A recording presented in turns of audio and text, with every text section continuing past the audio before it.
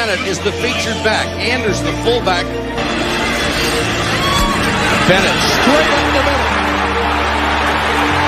Donnell Bennett to the Raider 36. Boy, I'll tell you, Kimble Anders, number 38, gets a sensational block, and that hole is there. Bennett. Touchdown. Donnell Bennett, second effort, gets in for 12-yard touchdown, 21-3. Remember when it was a grinded out offense that Kansas City had? Kimble Anders, touchdown. Kimble Anders, touchdown Chiefs. Second touchdown for Kimble Anders. Third down and 7 from the 45.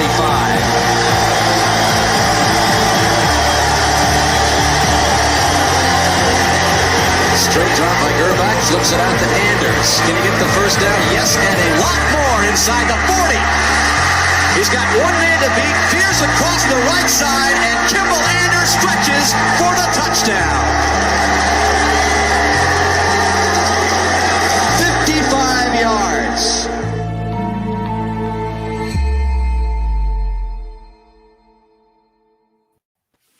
Hello and welcome to Offense. Clint Schweitzer alongside Noah Groniger, and of course, our guys, as always, you know them well, Donnell Bennett and Kimble Anders. We have a very special guest this week as well, our good buddy Patrick Surtain joining us. Chiefs Broncos week, so we might as well get into it. Patrick, you're a former Chief. You are a Chiefs fan, but this week you might have a different team to cheer for. Your son, Pat Surtain, playing great for the Broncos right now. We got a big matchup coming up at Arrowhead on Sunday, buddy. Yeah, man, it's great. First off, man, thanks for having me. I'm always gonna be a Chiefs fan, but like I told y'all, just not this week. So we're actually coming up to the game, man. If anybody got sweet tickets, man, please let me know because I heard it's supposed to be in the 20s. Nah, oh wow, yeah.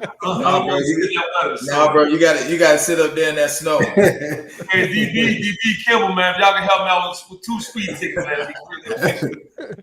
Hey, listen, I said we could do something for your wife, but you got to sit out there in that snow, bro. You got to feel it, bro. It's like 70 degrees tomorrow. I don't know if it's going to get all the way to 20 in just a few days. Hopefully not. We got to hold on to this good weather as long as we can. Yeah, man. It's Sunday night game, man. The whole world's going to be watching for first place in the division, so should be a good one. Yeah, sure. Well, how are you kind of helping your son out with this Chiefs offense? Have you given him any pointers? Have you been watching film yourself trying to help him out with Tyreek Hill and Travis Kelce out there? He might match up against some Kelce some. Yeah, man. Only thing I'm telling the whole week, just don't miss. Don't miss. So if you go on the presser, man, make sure you get your hands on it. Because if you miss 10, he's out the door. He's out the door. So absolutely, be physical. Trust in your technique, man. And just go play. Go play the game that you've been doing since you were 5 years old. It should be fun. Well, I know you must be proud. What were your feelings last year when he got drafted by the Broncos? Was that the team that you thought was going to take him? And what was that emotion like when they call his name and he's a Bronco now? What was that like for you? It was awesome, man. Just, a proud pop moment. Anytime you always want your kids to succeed with what you did in life, and with him going 9th pick overall, it's just a culmination of everything that he's been through, man. All the hard work, like I said, he's been playing the game since he was 5 years old, and it's something that he dreamt about, one day, playing at the highest level. And to see his dreams come true, man, that's truly special for a dad. And just to see him excelling in his rookie year, it's pretty special to watch. Well, Pat, you're coaching at American Heritage there in Florida. You coached your son there. He went there. So talk about kind of being his coach. Kimble and Donnell are coaches here. They could talk a little bit about it too. Just kind of coaching high school ball, giving back to the youth and the kids after you guys' great pro careers. Yeah, he's our rival. And yeah, he's been beating us for the state championship. This dude right here. Oh wow. It's great, man. Obviously, I coach DB, coach. Our boys been playing together, since they were young kids, man. And it's pretty special. Just winning is fine and all that, but to see those guys go off to college and become young men, start families, then come back to the community and be positive. That's mostly what I'm concerned about. The ball is going to end one day, but to see these kids turn out to be good fathers, good husbands. That's my main focus right now. Kimble, I don't think you guys ever went up against Pat here. By the time he gets to the Dolphins in '98, I don't think you guys ever played against each other, right? Never had the chance. I don't think so. I think we played Miami once, but it was like early in '94, right. '95. So yeah. Yeah, man. I can remember watching these two dudes play, man. Big, huge fans of both guys. And that was the era of the big backs, man. You saw those dudes, those highlights with those big ass shoulder pads on, man. As a DB back then, I wouldn't want to tackle that, man. But both guys, man, great careers. Like I said, huge fans watching them grow up, man. And once again, man, thanks for having me on y'all show. Bro, you're not that much younger than us. I'm 45, though, y'all. Oh, shit. Yeah, he is. Yeah. Exactly. Well, you, Kimber, not me. We close. I mean. Yeah, let's just say we've had some monumental birthdays here in the last month or two with these guys here. And, it's just a number, man. And it's all good. You guys all look like you could be all 33 and out there playing, all three of you guys. So that's all that matters. I don't know about that, man. I'm going to stick to flag. We play in this flag league down here. We play flag football, but can't get back to the field. I went out there one night. One night only. Wow.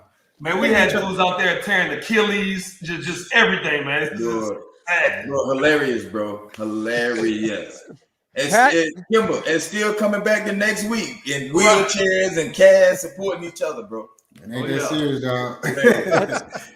That's a Warriors mentality there. Well, Pat, I got to ask you, I mean, you joined the Chiefs in 2005 after really a few years. It seemed like the Chiefs had inquired. They were trying to get, better at the cornerback position after having some really poor defenses there going with that great offense. But you finally joined the team in 2005 with Sammy Knight. Jared Allen's coming on. I think he's a rookie at that time. I mean, the defense immediately turns around in 2005. It was Dick Vermeil's last year. What do you remember about that 2005 year? It was a tough end of the season. You guys had a couple games, I guess, the Giants and Cowboys that you lost, or else it would have been a playoff season for you guys. But what was kind of your memories joining the Chiefs in that first season? Oh, man, it was awesome, coming from South Florida, to the Midwest, seeing, just a different scenery. But the Chiefs has always been a winning organization. And, my first year coming in, like you said, we had Jared, we had Eric Warfield, Dexter McCleon, we brought Sammy Knight over. But the Chiefs was still, with Dick Vermeil, still an offensive team. Sure. So, bringing those free agents in, Kendrell Bell we brought in, we want to change the culture a little bit and not rely on the offense to have to score 30, every game. And I think that first year we went 10-6, but still didn't make the playoffs. Yeah. 1 of 10 games. That was Dick Vermeil's last year. And then, of course, Herm took over. And I think when Herm came, he started getting into rebuilding mode. Trent Green left. Brody Crawl was the guy. He got hurt. So we didn't have that trigger man that we needed, to take it to the next level, man. But really, really enjoyed my time in Kansas City, man. Beautiful city, beautiful people, some of the best fans in the world that's going to support you through thick and thin. And we just couldn't muster enough to win any championship. That made it to the playoffs. Her first year got beat by the Colts in the first round. Played them pretty good.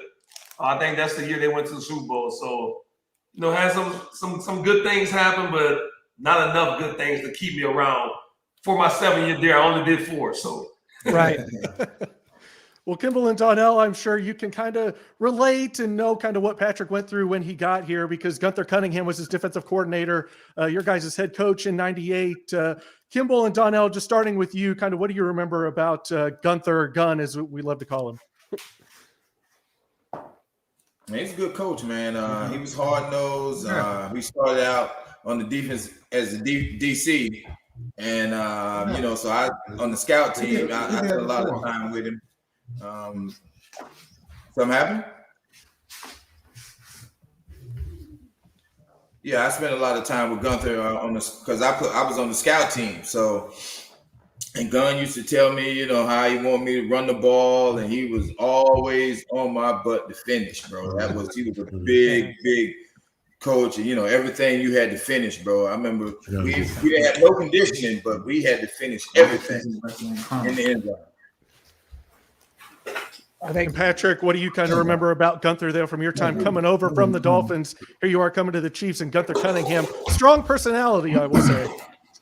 Yeah, rest in peace, Gun, man. Like DB said, man, hell of a coach, no nonsense guy. He was old school. Old school. He wanted physicality. He wanted you to hit him in the mustache, knock the helmets off. He was aggressive. You know, he was gonna blitz and he was gonna put them corners in one-on-one situations. And I guess that's why they brought me over there, because we played a bunch of press man in Miami. And that's what Gun was used to doing with Dale Carter, Hasty, and those guys. So they wanted to kind of reform that with me and E. Warfield, Sammy Knight, we had Greg Wesley, you know, some pretty good players. And we wanted to get after the quarterback. And he brought that mentality. It was successful sometimes it wasn't. But that was him. He was an aggressive coach, man, and I enjoyed playing for him. Yeah, we've actually got a little package here that we want to play, just 3 minutes. And I want to warn everybody listening, there's some graphic language here. Of course, it's a Gunther Cunningham clip, so that's all we can expect here from Gun. So let's take a look.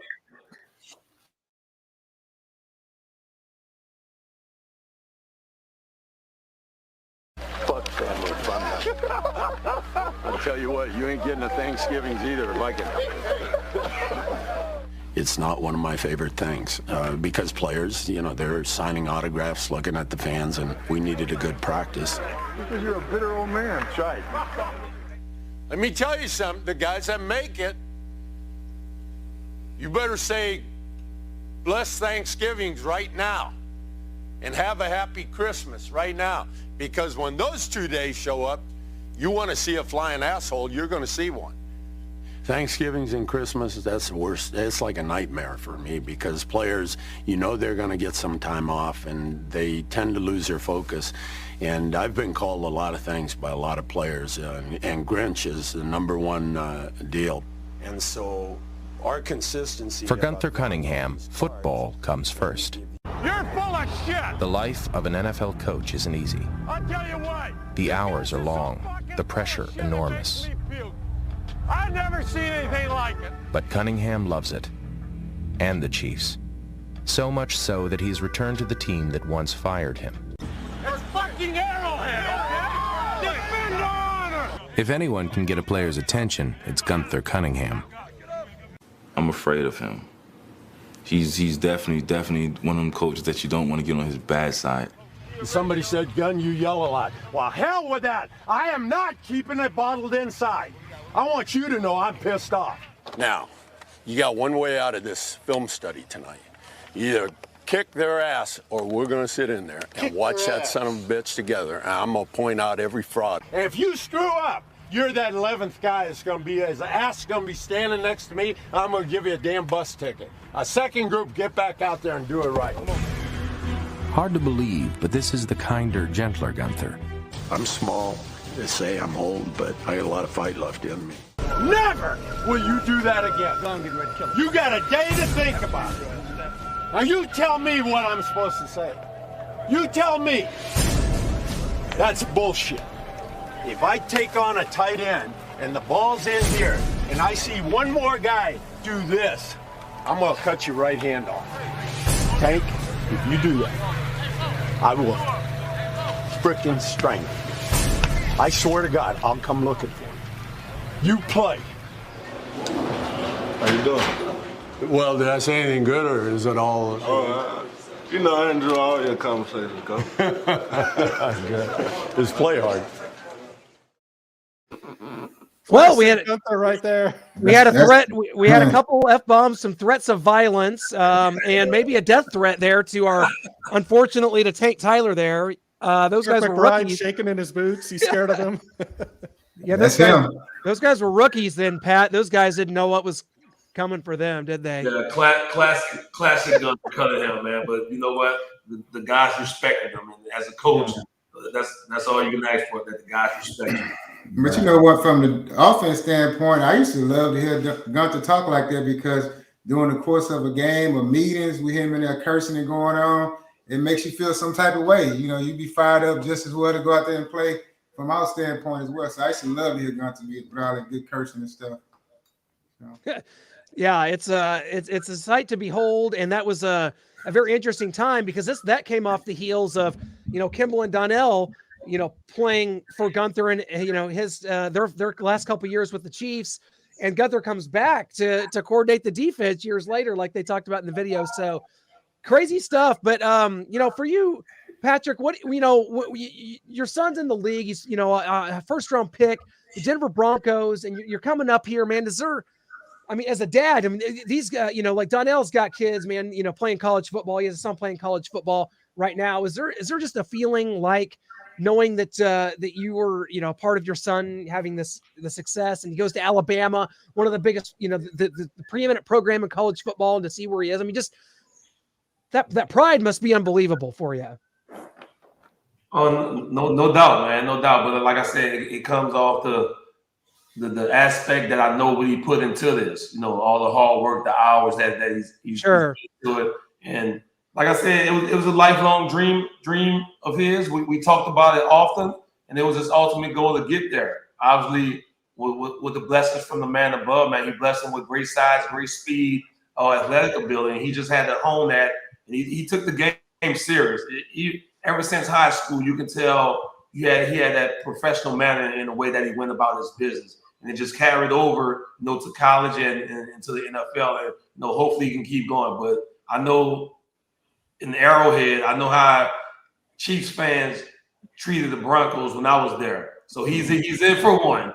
I don't know if I should wear my Bronco jersey or Bronco jacket. I might just stay neutral this game. Just wear your Dolphins jersey. Incognito. I'm being incognito. Yeah. Bro, you can't stay neutral now. Because you got to go home. You gotta go home after the game. It's crazy, dog. Yeah, okay. Yeah. It's just me and my wife would be 2 on 60, so I might stay neutral. Yeah. Bro, they're gonna welcome you with open arms, bro. No doubt. Absolutely. When did you first realize that your son didn't only have the chops to make it in D1 football and into the pros, but he was the number 9 overall pick in the first round? Just talk about, just like Clint said, the pride, and when you kind of first realized that he had that gift and could make it to the pros and be an elite corner. I probably his junior year in high school. Coming out, and Donnell will tell you, man, that the talent down here is immense.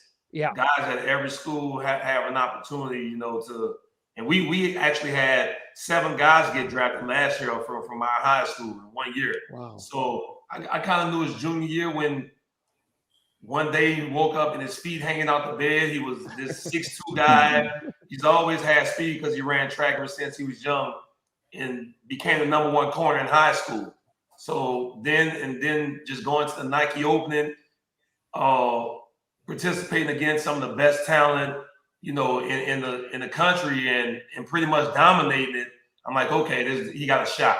He got a shot. If he keeps his head on straight, and if you know him, like DB will tell you, man, he's a humble kid. He's about his business. He don't do all of the talking, quiet in demeanor, but let his game speak for itself. So I kind of knew then, and obviously going to play for Nick Saban, your chance of going to the league immensely, goes up when you're playing for that guy. And just to see his success, man, is truly a proud papa moment. Talk about Vic Fangio, what kind of dealings you've had with him. Vic's been around so long. I think he was a defensive coordinator back when Kimble and Donnell were playing, and now here he is, head coach of the Broncos. Teddy Bridgewater last week throws 100 yards in a double-digit win for the Broncos. So just kind of talk about Vic Fangio, defensive-minded guy, and kind of what your dealings have been like with him and what you can expect from him here going forward. Yeah, Coach Vic, man, met him a couple of times. Like you say, he's been around the game. He was on some of those Bears, great defenses. And he has the approach of an old school guy: run the ball, play great defense, take the ball away. And he's going to be aggressive. He sends guys. He leaves those DBs out on islands, which I'm screaming at the TV sometimes because they need to change it up, especially against the Chiefs. You can't do that against these guys, all right? Because you'll be down 28-0 before you know it. But sounds good to us. Yeah, he's been around the block, man. He has a terrific scheme And I think he's done a good job this year, considering the fact all the injuries. They lost like 6 guys on defense. They were down 7 offensive linemen last game. They had to put third-string guys in. And for those guys to pull it out, man, I think he's doing a terrific job. And traded Von Miller away. So, yeah, a lot of – yeah. Wow. Well, Patrick, you got your last pick 6 was against the Broncos. You're a member of the Miami Dolphins. Your son's first pick 6, he is a member of the Broncos, taking it to the house, both in Denver. And I think we've gone in the Wayback Machine and found a clip of your last pick 6 and then your son's first pick 6. Put them back to back to show you this. Later in the fourth, Brian Greasy, play headed on by Patrick Surtain. Not Surtain, he says it's Surtain. Third pick this year for Surtain. 15th of his career, second career touchdown. The field is wide open.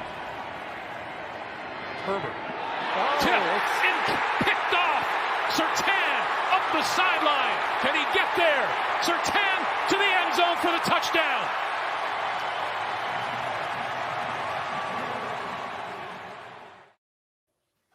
You opted for the spike there, Patrick. Your son has a little better dance moves, it appears. He got a little more swagger. I'll be way more swag than me, man. Kimble, let me tell you something. So our boys, like Pat said, kind of grew up together playing at the Dolphin Academy and all that stuff, man.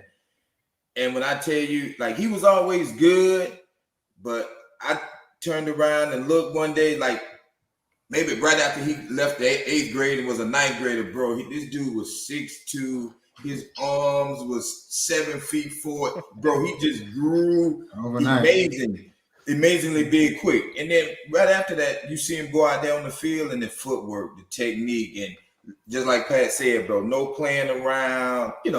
Kids running around having a good time, like Pat over there studying receivers. Mm-hmm. It was amazing to watch, man. So he did a tremendous job, and that's an tribute to you, man. You and your wife did a hell of a job raising him. Appreciate that, man. Well, so for you, Pat, I mean, talk about Patrick Mahomes and just kind of what he's done in this league here now in his 4th season, a Super Bowl MVP, former NFL MVP, gives Kansas City our first Super Bowl in 50 years. Just what you've seen out of him and what kind of technique, how would you have tried to play against a guy like Patrick Mahomes, the guy that's going to hit you with behind the back passes, left-handed passes. You just never know what you're going to get. And what advice you've got for your son coming in here. And like you said, a tall order. We don't know if they're going to move him around, if he'll be on Tyreek, maybe a little slot against Kelsey. We don't know. What kind of advice would you have? Man, just make sure you got to plaster the receivers, because Mahomes make a lot of big plays when he's outside the pocket, and he's scrambling to throw and not necessarily to run. And that's when he makes his big plays. That's when he make those wild throws down the field when he gets outside the pocket. So you can have your guy covered, man, but just know that this one of the guys in the league that can put it through a keyhole. Only a certain few, probably 3 or 4 in the league. He's one of them. And the demise of the Kansas City Chiefs and how you stop them is greatly exaggerated. Those guys just had a bad couple of weeks. If those guys are on, nobody can stop them. Nobody can stop them. Of course, they brought some guys in to shore up the O-line to give them some time. And they struggled somewhat during the year, but looking like they have it rolling again. And they're still the same old Kansas City Chiefs. They still have Pat Mahomes. They still have Kelsey, Tyreek, Clyde Edwards-Helaire is back. And surprisingly, the defense is playing pretty well. So they're starting to round up into form and getting ready for the stretch run in the playoffs. So, like I said, it's going to be a great game. I know the Broncos are going to be ready. Teddy got to take care of the ball. They got to make some big plays in the passing game. Not rely on the run so much, because Spagnola's going to come after you play cover one.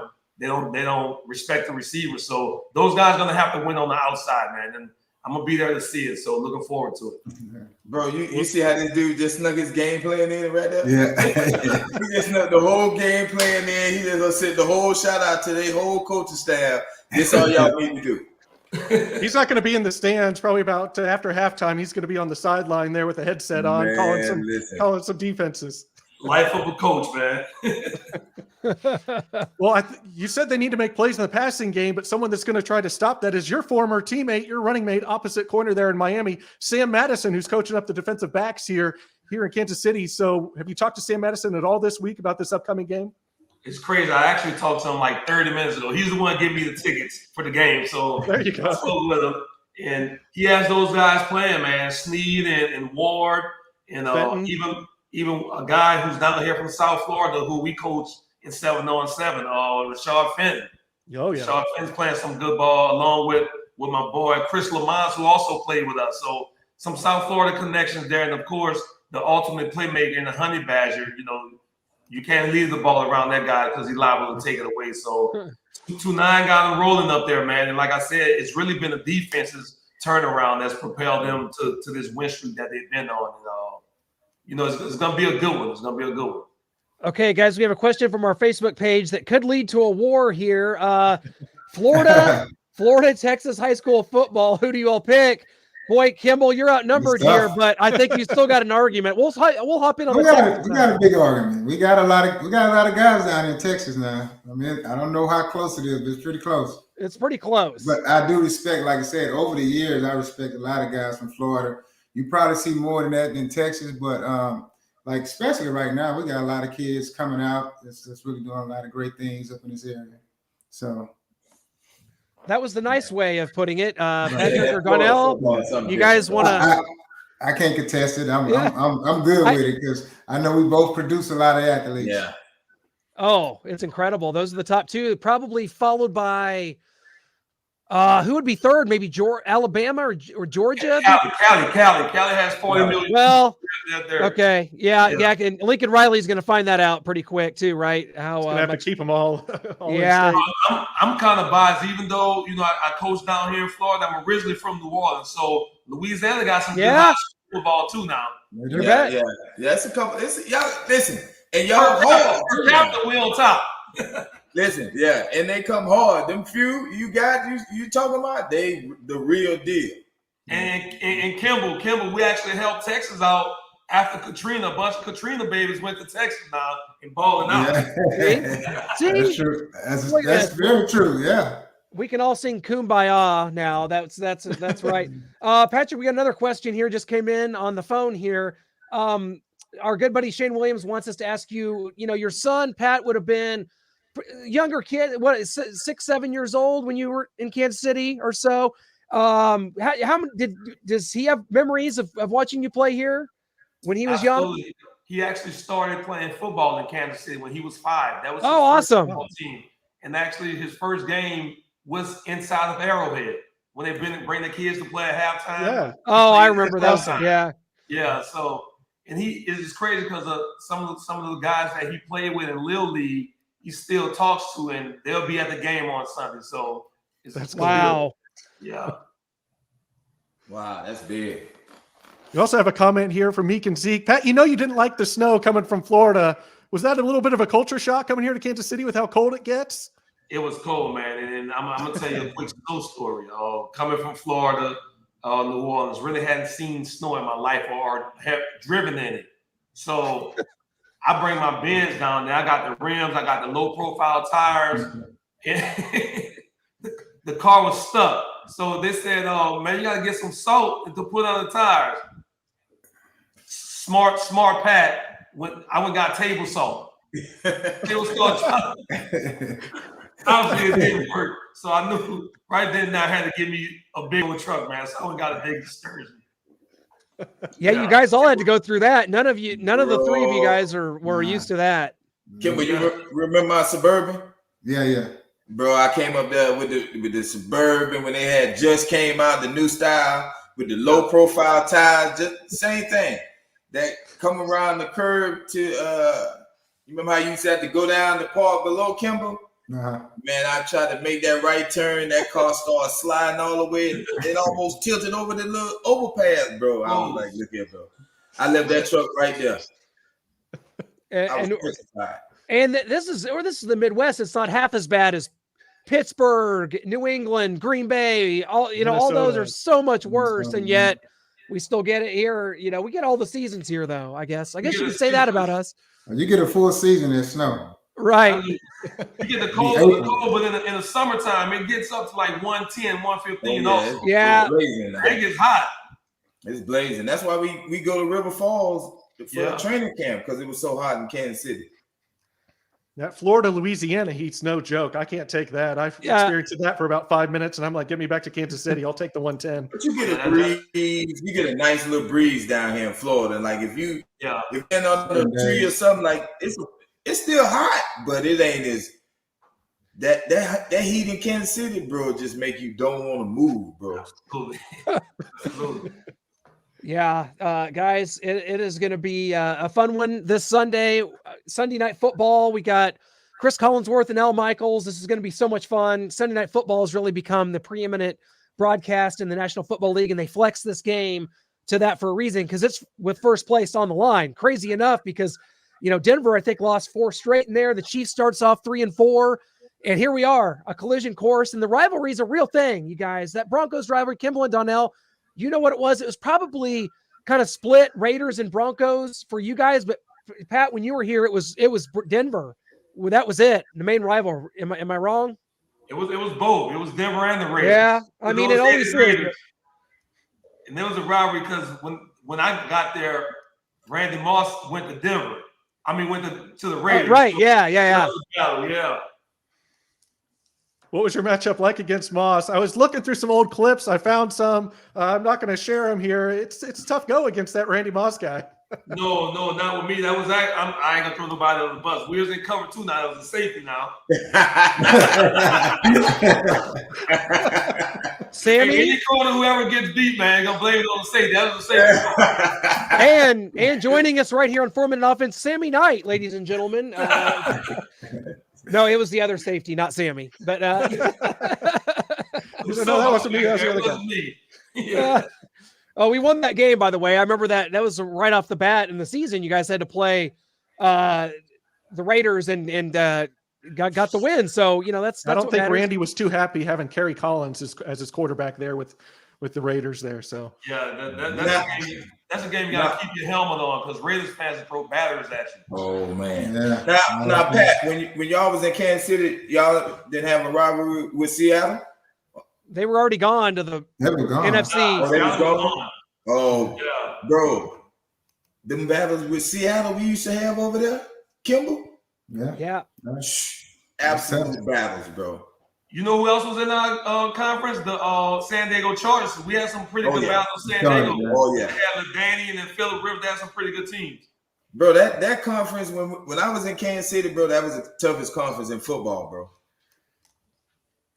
Yeah, the AFC West, and it was really even on into the early 2000s there because you had, Denver still really good. Jake Plummer, quarterback of the Broncos. They went to an Marty Schottenheimer went to the Chargers and built them up, and no question about it. When they had five team divisions. I remember when I was in Miami, we had 5 team divisions. Us, Indy, the Jets, Buffalo, New England. We had 5 teams in there. Yeah, Colts were back there. Yep. 2002, the Seahawks moved to the NFC West. So 2002 is the year that they split up the AFC West. That's when the Texans came in and reshuffled the deck a little bit. But I'm looking at this. I'm looking at this right here. Talking about cold games. Patrick, did you know that you played in the coldest game in Chiefs history? And it's funny because he knows it unseated the 96 playoff game that Kimble and Donnell played in. And it was in 2008 against your old team, the Dolphins. And I remember that game. It was -14. I got it right here. -14. Coldest game in Arrowhead Stadium history. I remember that game like yesterday. I remember it because I wasn't trying to hit nobody. I was just turning it back in. Hey, that's a business decision. Business decision. And Ronnie Brown running the daylights out of the ball. I was in -14 degrees, man. That's tough. They were running hard too. They had that Wildcat going for him. That thing's no fun. Extra blocker. No. Absolutely. Well, we certainly hope it's a little better weather this weekend, guys. It has just been awesome to have you, Patrick, talking about all this. Welcome you back to Kansas City with open arms, man. We hopefully will see you out there and give you a handshake. You wear that orange and blue, man, and you wear it proudly, man. Your son's earned it and you've earned it, man. No doubt. Maybe a custom split down the middle. Yeah, there you go. It's crazy because this is going to be my first time back in Kansas City since I left in really 9-10. So, 11, 12 years since I've been back. So, like I said, man, enjoy my 4 years there. I raised my family there. My kids grew up there, went to school there. I actually like it. I love my house in Overland Park, man. Wish I was still there. But we know Overland Park. And if I remember right, Carl Peterson introduced you at the draft party as our second-round pick because we gave up a second-round pick for you. Right. And but then he said, no, never mind. We actually gave up the second-round pick for his wife. And I looked up at her and I was like, yeah, we did.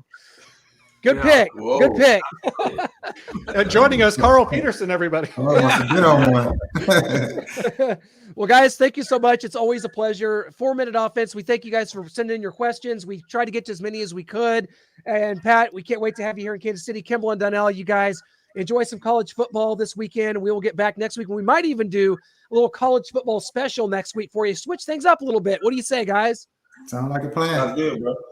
Awesome. Thank you guys so much. Thanks for joining us on 4-minute offense. Patrick, thank you so much, my friend. appreciate you Thanks, having me. Pat. All right, fellas. Thank you.